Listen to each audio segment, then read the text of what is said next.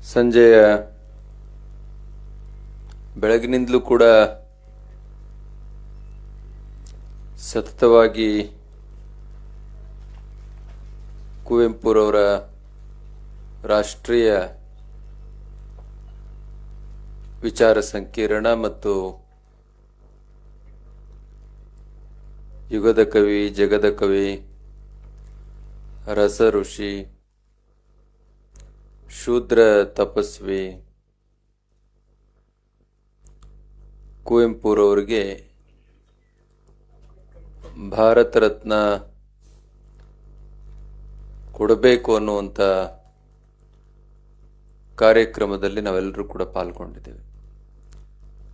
ಈ ಕಾರ್ಯಕ್ರಮದ ದಿವ್ಯ ಸಾನ್ನಿಧ್ಯವನ್ನು ವಹಿಸಿ ನಿಮ್ಮೆಲ್ಲರಿಗೂ ದರ್ಶನ ಆಶೀರ್ವಾದವನ್ನು ನೀಡುತ್ತಾ ಇರುವಂಥ ಆದಿಚುಂಚನಗಿರಿ ಮಹಾಸಂಸ್ಥಾನ ಮಠದ ಪೀಠಾಧಿಪತಿಗಳಾದಂಥ ಪೂಜನೀಯ ಶ್ರೀ ಶ್ರೀ ನಿರ್ಮಲಾನಂದನಾಥ ಮಹಾಸ್ವಾಮೀಜಿಯವರೇ, ಕುವೆಂಪುರವರಿಗೆ ವಿದ್ಯೆ ಆಶ್ರಯವನ್ನು ನೀಡಿ ಅಲ್ಲಿಂದ ಆಧ್ಯಾತ್ಮಿಕ ಪ್ರಭೆಯನ್ನು ಹೊತ್ತು ತರಲಿಕ್ಕೆ ಅವಕಾಶ ಮಾಡಿಕೊಟ್ಟಂಥ ರಾಮಕೃಷ್ಣ ಆಶ್ರಮದ ಮುಖ್ಯಸ್ಥರಾದ ಪೂಜನೀಯ ಶ್ರೀ ಶ್ರೀ ಮುಕ್ತಿದಾನಂದಜಿ ಮಹಾರಾಜರವರು ನಮ್ಮ ಮಧ್ಯೆ ದಿವ್ಯ ಸಾನ್ನಿಧ್ಯವನ್ನು ವಹಿಸಿದ್ದಾರೆ. ಬೆಳಿಗ್ಗೆ ಬಹಳ ಅರ್ಥಪೂರ್ಣವಾಗಿ ಪೂಜನೀಯ ಬೇಲಿ ಮಠದ ಮಹಾಸ್ವಾಮಿಗಳವರು ಕುವೆಂಪುರವರ ವಿಚಾರಧಾರೆಗಳನ್ನು ನಮಗೆ ಮನಮುಟ್ಟುವಂತೆ ತಿಳಿಸಿಕೊಟ್ಟಿದ್ದಾರೆ. ಪೂಜನೀಯ ಶ್ರೀ ಶ್ರೀ ಮಾದಾರ ಚೆನ್ನಯ್ಯ ಮಹಾಸ್ವಾಮೀಜಿಯವರೇ ಮತ್ತು ಇದರೆಲ್ಲದರ ಹಿಂದೆ ನಿಂತು ಸತತ ಒಂದೆರಡು ತಿಂಗಳಿನಿಂದ ಎಲ್ಲರಿಗೂ ಪ್ರೇರಣೆ ನೀಡಿ ಈ ಕಾರ್ಯಕ್ರಮ ಆಗಲೇಬೇಕು, ದೆಹಲಿಯಲ್ಲೇ ಆಗಬೇಕು ಹಾಗೆ ಅಂತೇಳಿ ಸತತವಾದ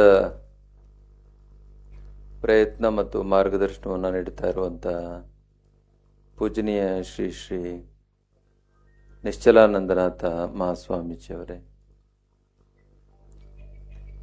ಈ ಕಾರ್ಯಕ್ರಮದ ಅಧ್ಯಕ್ಷತೆಯನ್ನು ವಹಿಸಿ ಬಹುಶಃ ನಮ್ಮ ನಾಡಿನ ಇತಿಹಾಸದಲ್ಲಿ ಯಾರೂ ಮಾಡಿರದಂಥ ಸೇವೆಯನ್ನು ಎಲ್ಲ ಕ್ಷೇತ್ರಗಳಲ್ಲೂ ಕೂಡ ಗೈದು 2 ಸರಿ ಮುಖ್ಯಮಂತ್ರಿ ಆದರೆ 2 ಸರಿನೂ ಕೂಡ ರೈತರ ಸಾಲವನ್ನು ಮನ್ನಾ ಮಾಡಿ ಸಾವಿರಾರು ಶಾಲೆಗಳನ್ನು ಹುಟ್ಟಾಕಿ ಲಕ್ಷಾಂತರ ರೂಪಾಯಿ ಕೊಟ್ಟು ನಮ್ಮ ಮಕ್ಕಳು ಇಂಗ್ಲಿಷ್ ಕಲಿಯೋಕ್ಕಾಗೋದಿಲ್ಲ ಹಾಗೆ ಅಂತೇಳಿ KG ಇಂದ 10ನೇ ತರಗತಿವರೆಗೂ ಲಕ್ಷಾಂತರ ಮಕ್ಕಳಿಗೆ ಇಂಗ್ಲಿಷ್ ಶಾಲೆಗಳನ್ನು ದೊರಕಿಸಿಕೊಟ್ಟು, ನಾನೊಂದ್ಸರಿ ಅಂಕಿಅಂಶಗಳನ್ನು ಕೇಳ್ತಾ ಸ್ವಾತಂತ್ರ್ಯ ಬಂದಿನಿಂದ ಕುಮಾರಸ್ವಾಮಿ ಅವರು ಮುಖ್ಯಮಂತ್ರಿ ಆಗೋವರೆಗೂ ಎಷ್ಟು ಶಾಲೆ ಮತ್ತು ಕಾಲೇಜು, ಡಿಗ್ರಿ ಕಾಲೇಜುಗಳಿದ್ವು, ಕುಮಾರಸ್ವಾಮಿರವರು ಮುಖ್ಯಮಂತ್ರಿ ಆದ ಒಂದೇ ವರ್ಷಕ್ಕೆ ಅದರ 2 ಪಟ್ಟು ಶಾಲೆಗಳನ್ನು, ಕಾಲೇಜುಗಳನ್ನು, ಡಿಗ್ರಿ ಕಾಲೇಜುಗಳನ್ನು ನಮ್ಮ ನಾಡಿಗೆ ದೊರಕಿಸಿಕೊಟ್ರು.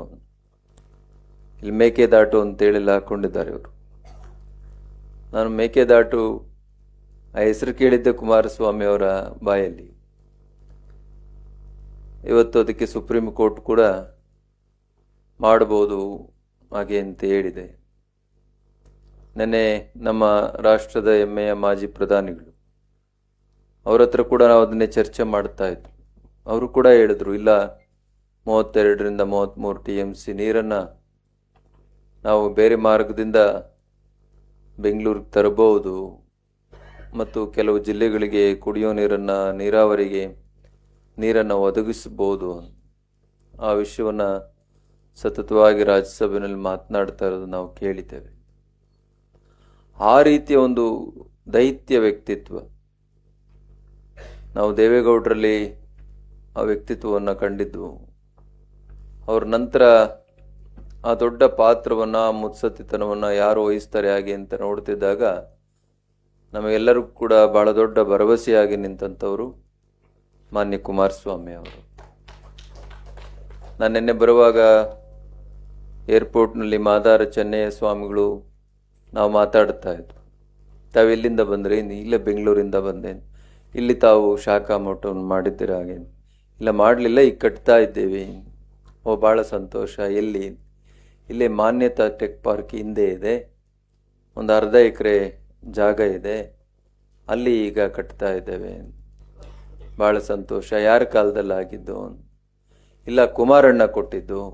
ಕುಮಾರಣ್ಣವರು ಕರೆದು ಬೆಂಗಳೂರಲ್ಲೂ ನಿಮ್ದೊಂದು ಮಠ ಇರಬೇಕು ಹಾಗೆ ಅಂತೇಳಿ ಒಂದು ಅರ್ಧ ಎಕರೆ CA ಸೈಟನ್ನು ಕೊಟ್ಟು ಮೂಲಧನವನ್ನು ಕೂಡ ಕಟ್ಟಲಿಕ್ಕೆ ಮೂಲಧನವನ್ನು ಕೂಡ ಕುಮಾರಣ್ಣ ಅವರೇ ಕೊಟ್ಟರು ಅಂತ.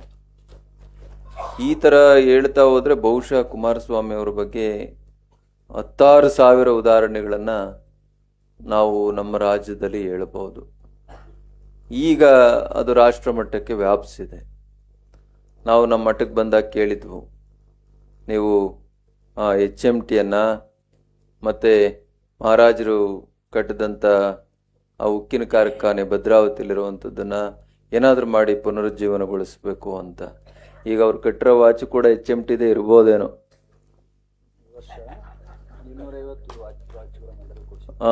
ಈಗ ಸಾವಿರಾರು ವಾಚ್ಗಳು, ಅದು ಗಂಡ ಬೇರೊಂಡ ಚಿಹ್ನೆ ಇರೋದು ಹಾಕ್ಕೊಂಡು ಒಂದ್ಸರಿ ಹೆಂಗೆ ಕುಂತಿದ್ರು, ಅದೇ ಎಲ್ಲ ಕಡೆ ವೈರಲ್ ಆಗಿಬಿಡ್ತು. ಕುಮಾರಣ್ಣವರು HMT ವಾಚನ್ನು ಪ್ರಮೋಷನ್ ಮಾಡ್ತಾ ಇದ್ದಾರೆ ಅಂತ. ಅದು ನೂರಾರು ಕೋಟಿ ಆಸ್ತಿ ತುಮಕೂರಿನಲ್ಲಿ 16,000 ಜನಗಳಿಗೆ ಡೈರೆಕ್ಟಾಗಿ ಇಂಡೈರೆಕ್ಟಾಗಿ ಉದ್ಯೋಗ ಕೊಡುವಂಥ ಒಂದು ಕಾರ್ಖಾನೆ. ಅದನ್ನು ಪುನರುಜ್ಜೀವನಗೊಳಿಸಬೇಕು. ಬೆಂಗಳೂರಲ್ಲಿರುವಂಥ HMT ಕಾರ್ಖಾನೆಗಳನ್ನು ಪುನರುಜ್ಜೀವನಗೊಳಿಸಬೇಕು. ಮತ್ತು ಭದ್ರಾವತಿಯಲ್ಲಿರುವಂಥ ಉಕ್ಕಿನ ಕಾರ್ಖಾನೆ ಅದನ್ನು ಪುನರುಜ್ಜೀವನಗೊಳಿಸಬೇಕು ಹಾಗೆ ಅಂತೇಳಿ ಕೇಂದ್ರದ ಜೊತೆಯಲ್ಲಿ ಸತತವಾಗಿ ಅವರು ಒತ್ತಡ ಹಾಕಿ ಈಗ ಒಂದು ಹಂತಕ್ಕೆ ಯಶಸ್ವಿ ಆಗಿರಬೇಕು ಅಂತೇಳಿ ನಾನಾದರೂ ಕೂಡ ಭಾವನೆ ಮಾಡುತ್ತೇನೆ. ಆ ರೀತಿಯ ಒಂದು ತಾಯಿ ಹೃದಯ. ಮೊನ್ನೆ ಯಾರೋ ಪಾಪ ಅಂಗನವಾಡಿ ಕಾರ್ಯಕರ್ತೆಯರು ಬೆಂಗಳೂರಿನಲ್ಲಿ ಕುಂತು ಹೋರಾಟ ಮಾಡ್ತಿದ್ರೆ ಪಾಪ ಅವರಿಗೆ ಫ್ಲೈಟ್ ಟಿಕೆಟ್ ಮಾಡಿ ಇಲ್ಲಿ ಉಳಿಯೋಕ್ಕೆ ವ್ಯವಸ್ಥೆ ಮಾಡಿ, ನಮಗೆ ಮಾಡಲ್ಲ ಕುಮಾರಣ್ಣ, ಅವ್ರಿಗೆ ಮಾಡ್ತಾರೆ. ನೋಡಿ, ಅವ್ರನ್ನ ಹೆಣ್ಮಕ್ಳನ್ನ ಕರ್ಕೊಂಬಂದು ಡೆಲ್ಲಿನಲ್ಲಿ ಅವ್ರ ಕಷ್ಟ ಸುಖ ಕೇಳಿ ಅವ್ರನ್ನ ಸಂಬಂಧಪಟ್ಟಂಥ ಮಂತ್ರಿ ಹತ್ರ ಕರ್ಕೊಂಡೋಗಿ ಲಕ್ಷಾಂತರ ಜನ ಅಂಗನವಾಡಿ ಕಾರ್ಯಕರ್ತರು ಆ ಮಕ್ಳಿಗೆ ಅವ್ರು ಕಲಿಸಿರೋದನ್ನು ನೋಡಬೇಕು. ಯಾವ ಇಂಗ್ಲೀಷು ಸಂಸ್ಥೆಗಳಲ್ಲೂ ಕೂಡ ಅಷ್ಟು ಒಳ್ಳೆಯ ನಾಲೆಡ್ಜನ್ನು, ಜನರಲ್ ನಾಲೆಡ್ಜನ್ನು ಕೊಡಲಿಕ್ಕೆ ಸಾಧ್ಯವಿಲ್ಲ. ಅಷ್ಟು ಒಳ್ಳೆಯ ನಾಲೆಡ್ಜನ್ನು ಮಕ್ಕಳಿಗೆ 3-4 ವರ್ಷದ ಮಕ್ಕಳಿಗೆ ಪಾಪ ಅವರು ಕೊಡ್ತಾರೆ ಅಂಗನವಾಡಿ ಟೀಚರ್ಸು. ಅವರ ನೋವುಗಳನ್ನು ಕೇಳೋರು ಯಾರು? ಅದು ಅವ್ರೇನು ಹೇಳೋದು ಬೇಕಿಲ್ಲ. ಯಾರು ಕುಮಾರಣ್ಣನಿಗೆ ಅರ್ಜಿ ಹಾಕಿ ಇಂಥದ್ದೇ ಮಾಡಪ್ಪ ಮಾಡಬೇಡ ಅಂತ ಹೇಳೋದೇ ಬೇಕಿಲ್ಲ. ಅವ್ರಿಗೆ ಅಂತಃಕರಣ ಇದೆ.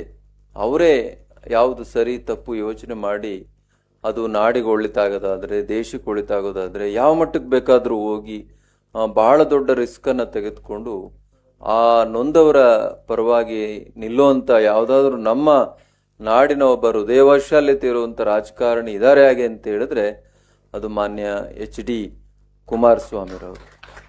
ಅವ್ರಿಗೆ ನಿನ್ನೆ ತಾನೇ ಹುಟ್ಟಿದ ದಿವಸ, ಹುಟ್ಟುಹಬ್ಬ, ನಾವೆಲ್ಲ ಹೋಗಿ ಶುಭ ಹಾರೈಸೋದು. ಮತ್ತೊಮ್ಮೆ ನಾಡಿನ ಇಲ್ಲಿ ಕುಳಿತಿರೋರೆಲ್ಲ ನಿನ್ನೆ ನಾನು ನೋಡ್ತಾ ಇದ್ದೆ, ನಮ್ಮ ಫ್ಲೈಟಲ್ಲಿ ಎಲ್ಲ ಬಂದರು. ಏನು ಇಷ್ಟು ದೊಡ್ಡ ಜ್ಞಾನಿಗಳು, ಇದು ರಾಮಾಯಣ ದರ್ಶನಂ, ಅದು ಒಂದು ಪುಟ ಓದಿ ಅರ್ಥ ಮಾಡ್ಕೊಳಕ್ ನಮಗಾಗೋದಿಲ್ಲ. ಅಂಥದ್ರಲ್ಲಿ ರಾಮಾಯಣ ದರ್ಶನಮನ್ನ ಹಿಂದಿಗೆ ತರ್ಜಮೆ ಮಾಡುವಂಥದ್ದು ಅಂತ ಹೇಳಿದ್ರೆ ಬಹುಶಃ ಪ್ರಧಾನರವರು, ಪ್ರಧಾನ್ ಗುರುದತ್ರವರು, ಅವರ ವಿದ್ವಾಂಸರು, ಎಷ್ಟು ದೊಡ್ಡ ವ್ಯಕ್ತಿತ್ವ ಅವರದು. 8-9 ಮಹಾಕಾವ್ಯಗಳನ್ನು ರಚನೆ ಮಾಡಿರುವಂಥ ಲತಾ ರಾಜಶೇಖರ್ ಅವರು ಒಂದೊಂದು ಹೆಸರುಗಳನ್ನ ಹೇಳ್ತಾ ಹೋದ್ರೆ ಎಂತೆಂಥ ದೊಡ್ಡ ವಿದ್ವಾಂಸರನ್ನ, ದೊಡ್ಡ ದೊಡ್ಡ ಕಾವ್ಯಗಳನ್ನು ರಚನೆ ಮಾಡಿರುವಂಥ ಇವರನ್ನ, ಕವಿಗಳನ್ನ, ಸಾಹಿತಿಗಳನ್ನ ಈ ರಾಮಣ್ಣ ಹೆಂಗೆ ಕೂಡಾಕ್ಲಿಕ್ಕೆ ಸಾಧ್ಯವಾಯಿತು ಅಂತ ನಮಗೆ ಬಹಳ ಆಶ್ಚರ್ಯ ಆಗ್ತದೆ. ರಾಮಣ್ಣವ್ರಿಗೆ ಅಭಿನಂದನೆ ಹೇಳ್ಬೇಕಾಗ್ತದೆ. ಅಂತ ಒಂದು ದೊಡ್ಡ ದೊಡ್ಡ ಇವರನ್ನ ಇವತ್ತು ಇಲ್ಲಿಗೆ ಕರೆ ತಂದಿದ್ದಾರೆ. ಅವರೆಲ್ಲರನ್ನೂ ಕೂಡ ನಾನು ಅತ್ಯಂತ ಗೌರವಪೂರ್ವಕವಾಗಿ ಸ್ಮರಿಸ್ತಾ ಮತ್ತು ನಮ್ಮ ನಾಡು ಕಂಡಂಥ ಹಿರಿಯ ರಾಜಕೀಯ ಮುತ್ಸದ್ದಿ ಸನ್ಮಾನ್ಯ ಶ್ರೀ ಟಿ ವಿ ಜಯಚಂದ್ರರವರೇ ಮತ್ತು ನಮ್ಮಲ್ಲಿ DC ಆಗಿದ್ರು, ಬಹಳ ಉತ್ತಮವಾದ ಕೆಲಸವನ್ನು ಮಾಡಿದ್ರು. ಈಗ ಕನ್ನಡದ ಕೆಲಸವನ್ನು ಮಾಡಲಿಕ್ಕೆ ಹೊರಟಿದ್ದಾರೆ ಸನ್ಮಾನ್ಯ ಸೋಮಶೇಖರ್ ಅವರೇ, ವಿಶ್ರಾಂತ ಉಪ ಕುಲಪತಿಗಳಾದಂಥ ಮಾನ್ಯ ಶೇಖರ್ ಅವರೇ, ರಾಮಣ್ಣ ಅವರೇ. ನೆನ್ನೆ ನಾನು ನೋಡ್ತಾ ಇದ್ದೆ, ಬಂದಾಗ ಭಾಳಷ್ಟು ಜನಕ್ಕೆ ತೊಂದರೆ ಆಗಿದೆ ಸ್ವಲ್ಪ. ಅದೇನಷ್ಟು ದೊಡ್ಡ ವಿಷಯ ಅಂತೇಳಿ ನಾವು ಅಂದ್ಕೊಳ್ಳಿಲ್ಲ ಅಂದರೂ ಕೂಡ ಬಂದಿರೋರೆಲ್ಲರೂ ಕೂಡ ಬಹಳ ದೊಡ್ಡ ದೊಡ್ಡ ಮಾನ್ಯರೇ. ಅಂಥವ್ರಿಗೆ ತಕ್ಷಣ ನಮ್ಮ ಕನ್ನಡ ಸಂಘದ ಅಧ್ಯಕ್ಷರು ನಾಗರಾಜರವರು ತಕ್ಷಣನೇ 15-20 ರೂಮ್ಗಳನ್ನ ಅಲ್ಲಿ ಇಲ್ಲಿ ಎಲ್ಲ ವ್ಯವಸ್ಥೆ ಮಾಡಿ ಕೊಟ್ಟಿದ್ದನ್ನು ನೋಡಿದಾಗ ಬಹಳ ಸಂತೋಷ ಅನ್ನಿಸ್ತು. ಬಹುಶಃ ಬಹಳ ದೊಡ್ಡ ಒಂದು ಭರವಸೆ ನಮ್ಮ ನಾಗರಾಜು ನಮ್ಮ ಕನ್ನಡದ ಎಲ್ಲ ಕನ್ನಡಿಗರಿಗೆ ದೆಹಲಿ ಅಂತ ನಗರದಲ್ಲಿ ಅಷ್ಟೆಲ್ಲ ವ್ಯವಸ್ಥೆಗಳನ್ನು ಮಾಡಿ ಇಂಥ ದೊಡ್ಡ ದೊಡ್ಡ ಕಾರ್ಯಕ್ರಮಗಳನ್ನು ಆಯೋಜನೆ ಮಾಡಲಿಕ್ಕೆ ಬಹುಶಃ ಅವರಿಂದ ಸಾಧ್ಯ ಅಂತೇಳಿ ನಾನು ಭಾವನೆ ಮಾಡುತ್ತೇನೆ. ಪ್ರಧಾನಿಗಳನ್ನ ಕರೆಸಿ, ರಾಷ್ಟ್ರಪತಿಗಳನ್ನ ಕರೆಸಿ ನಾವೆಲ್ಲ ಬಂದಿದ್ವು. ಅಮೃತ ಮಹೋತ್ಸವ ಎಷ್ಟು ಅದ್ಭುತವಾಗಿ ಆಯಿತು. ಹಾಗೆಯೇ ಕೆಂಪೇಗೌಡ ಪ್ರತಿಷ್ಠಾನದಿಂದ ರಾಷ್ಟ್ರಪತಿಗಳನ್ನು ಕರೆಸಿ, ಅವತ್ತು ಪ್ರಣಬ್ ಮುಖರ್ಜಿ ಅಂತೇಳಿ ಕಾಣ್ತದೆ, ಅವರನ್ನು ಕರೆಸಿ ಆ ಕಾರ್ಯಕ್ರಮವನ್ನು ಅವರು ಆಯೋಜನೆ ಮಾಡಿದ್ರು. ಬಹುಶಃ ಅವ್ರದ್ದು ದೊಡ್ಡ ತಂಡವೇ ದೆಹಲಿನಲ್ಲಿ ಕನ್ನಡದ ಪರವಾಗಿ, ಕನ್ನಡಿಗರ ಪರವಾಗಿ, ನಾಡಿನ ಪರವಾಗಿ ಕೆಲಸ ಮಾಡ್ತಾ ಇದೆ.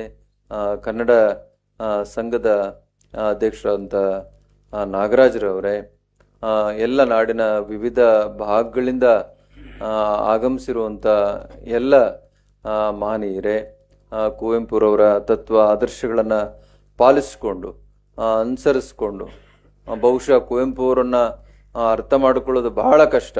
ಅವ್ರನ್ನ ಒಂದು ಇಡೀಗೆ ಯೋಚನೆ ಮಾಡುವಂಥದ್ದಾಗಲಿ, ನೋಡುವಂಥದ್ದಾಗಲಿ, ಯಾರಾದರೂ ಅವ್ರ ಮನೆ ಹತ್ರ ಸುಮ್ಮನೆ ಆದರೂ ಅವ್ರು ನೋಡಬೇಕು ಹಾಗೆ ಅಂತೇಳಿ ಹೋದರೆ ಏನಕ್ಕೆ ಬಂದಿದ್ದು ನೀನು, ಇಲ್ಲ ಸುಮ್ಮನೆ ನೋಡೋಕೆ ಬಂದೆ ಅಂದರೆ ಬೈತಾರೆ ಅಂತೇಳಿ, ಇಲ್ಲ ಏನೋ ಒಂದು ಪುಸ್ತಕ ಬೇಕಾಗಿತ್ತು, ಅದೆಷ್ಟು ಅವಾಗೆಲ್ಲ 25 ಪೈಸಾ, 50 ಪೈಸಾ, 1 ರೂಪಾಯಿ, 2 ರೂಪಾಯಿ.